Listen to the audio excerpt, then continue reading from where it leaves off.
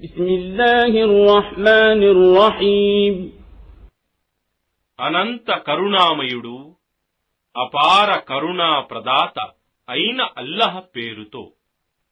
నూన్ వల్ ఖలమి వమా యస్తురూన్. నూన్ కలం సాక్షిగా మరియు వారు దేవదూతలు వ్రాస్తున్న దాని సాక్షిగా. మా అంత బినిఅమతి రబ్బిక బిమజ్నూన్. నీ ప్రభువు అనుగ్రహం వలన నీవు ఓ ముహమ్మద్ పిచ్చివాడవు కావు. وَإِنَّ لَكَ لَأَجْرًا غَيْرَ مَمْنُونٍ. మరియు నిశ్చయంగా నీకు ఎన్నటికీ తరిగిపోని ప్రతిఫలముంది. وَإِنَّكَ لَعَلَى خُلُقٍ عَظِيمٍ. మరియు నిశ్చయంగా నీవు ఉత్తమమైన శీలవంతుడవు. فَسَتُبْصِرُ وَيُبْصِرُونَ. కావున త్వరలోనే నీవు చూడగలవు మరియు వారు కూడా చూడగలరు. بِأَيِّكُمُ الْمَفْتُونُ. మీలో ఎవరికి పిచ్చి ఉందో. إِنَّ رَبَّكَ هُوَ أَعْلَمُ بِمَنْ ضَلَّ عَنْ سَبِيلِهِ وَهُوَ أَعْلَمُ بِالْمُهْتَدِينَ.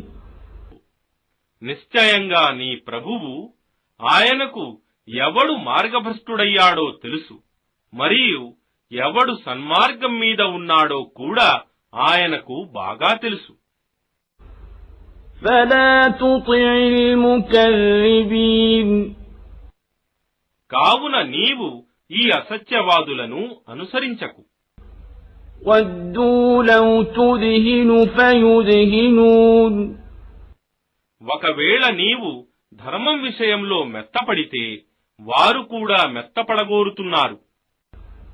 وَلَا تُطِعْ كُلَّ حَلَّافٍ مَهِينٍ. కావున నీవు ప్రమాణాలు చేసే ప్రతి నీచుడిని అనుసరించకు. هَمَّازٍ مَّشَّاءٍ بِنَمِيمٍ. చాడీలు చెప్పేవాడిని, ఎత్తిపొడుస్తూ ఉండేవాడిని. مَنَّاعٍ لِلْخَيْرِ مُعْتَدٍ أَثِيمٍ. మంచిని నిరోధించేవాడిని, హద్దులు మీరి ప్రవర్తించే పాపిష్ఠుడిని.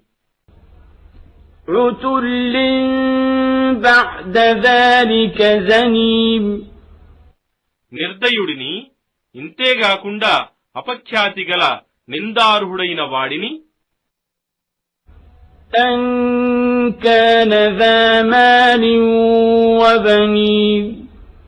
వాడు ధనవంతుడు మరియు సంతాన భాగ్యంతో తులతూగుతూ ఉన్నవాడు అయినా సరే. إِذَا تُتْلَى عَلَيْهِ آيَاتُنَا قَالَ أَسَاطِيرُ الْأَوَّلِينَ. ఒకవేళ వాడికి మా సూచనలు ఆయాత్ వినిపిస్తే అందుకు వాడు ఇవి పూర్వకాలపు కట్టుకథలే అని అంటాడు. سَنَسِمُهُ عَلَى الْخُرْطُومِ. మేము త్వరలోనే వాడి ముక్కు మీద వాత పెడతాము. إِنَّا بَلَوْنَاهُمْ كَمَا بَلَوْنَا أَصْحَابَ الْجَنَّةِ إِذْ أَقْسَمُوا لَيَصْرِمُنَّهَا مُصْبِحِينَ. నిశ్చయంగా మేము ఆ తోటవారిని పరీక్షించినట్లుగా వీరిని కూడా పరీక్షిస్తాము. ఎవరైతే తెల్లవారగానే తప్పక దాని పంట కోసుకుందామని ప్రతిజ్ఞ చేసుకున్నారో. وَلَا يَسْتَثْنُونَ. మరియు అల్లహ కోరితే అనే మినహాయింపుకు తావు ఇవ్వకుండా. فطاف عليها طائف من ربك وهم نائمون కావున వారు పడుకొని ఉండగానే నీ ప్రభువు తరఫు నుండి దానిపై ఆ తోటపై ఒక ఆపద వచ్చి పడింది.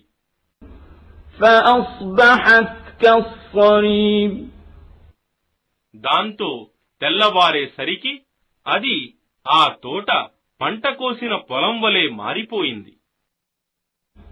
فتنادوا مصبحين తరువాత ఉదయం లేచి వారు ఒకరితోనొకరు ఇలా చెప్పుకోసాగారు, أن اغدوا على حرثكم إن كنتم صارمين మీరు పంటను కోయదలుచుకుంటే ఉదయమే మీ పొలానికి వెళ్ళండి.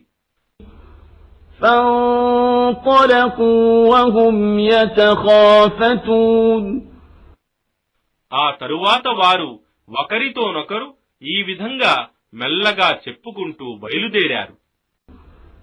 ألا يدخلنها اليوم عليكم مسكين ఈ రోజు ఏ పేదవాడిని కూడా మీ దగ్గరకు రానివ్వకండి. وغدوا على حرد قادرين మరియు వారు పేదవారిని దగ్గరకు రానివ్వకూడదని గట్టి నిర్ణయంతో తెల్లవారుఝామున బయలుదేరారు. فلما رأوها قالوا إنا لضالون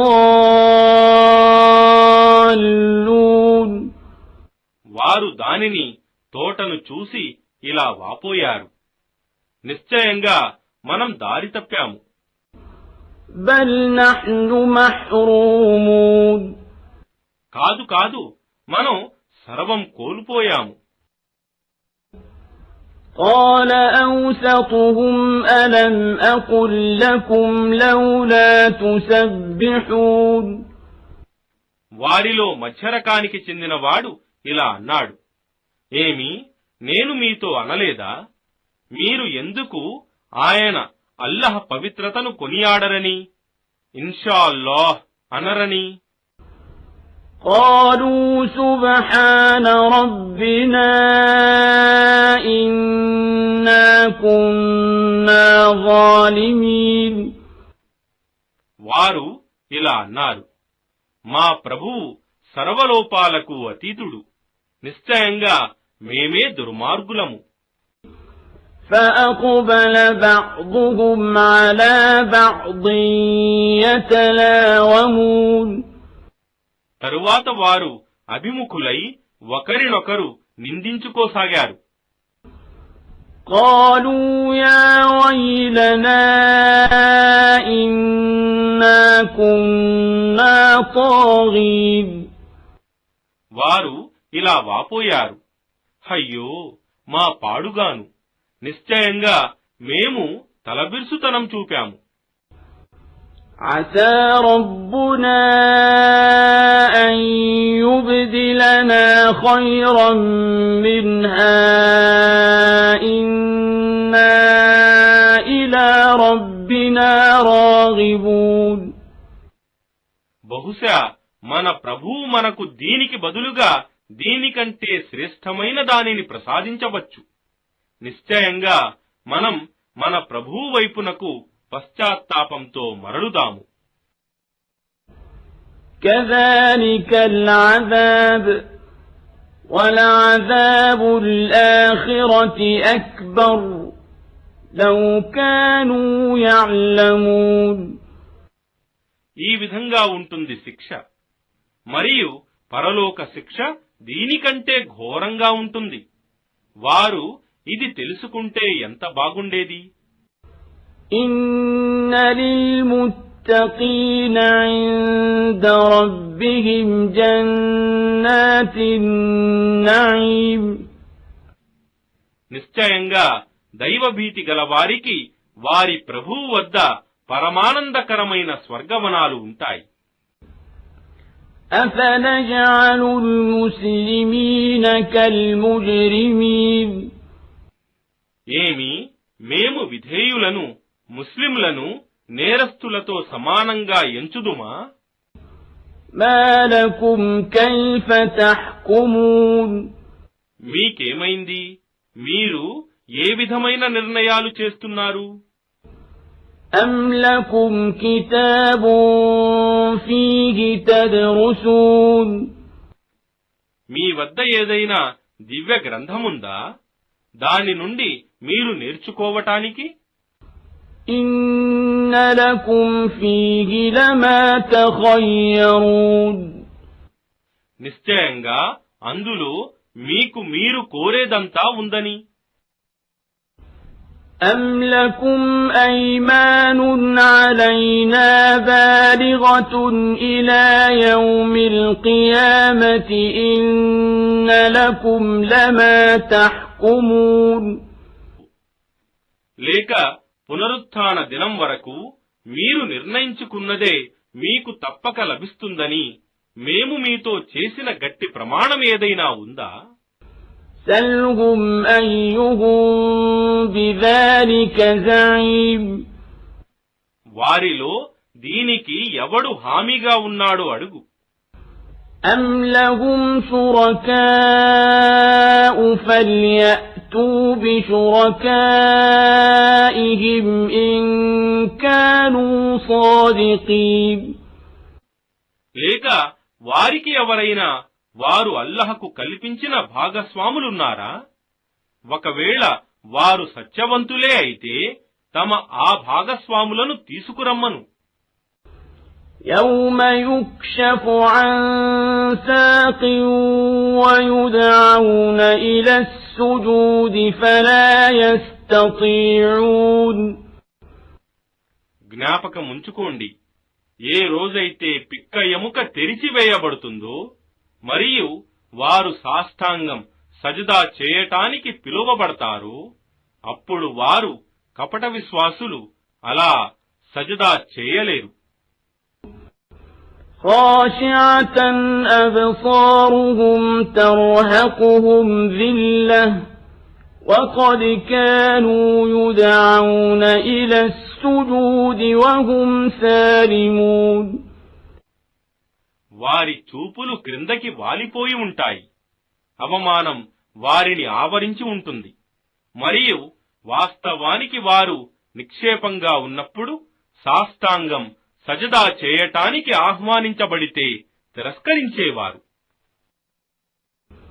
فذرني ومن يكذب بهذا الحديث سنستدرجهم من حيث لا يعلمون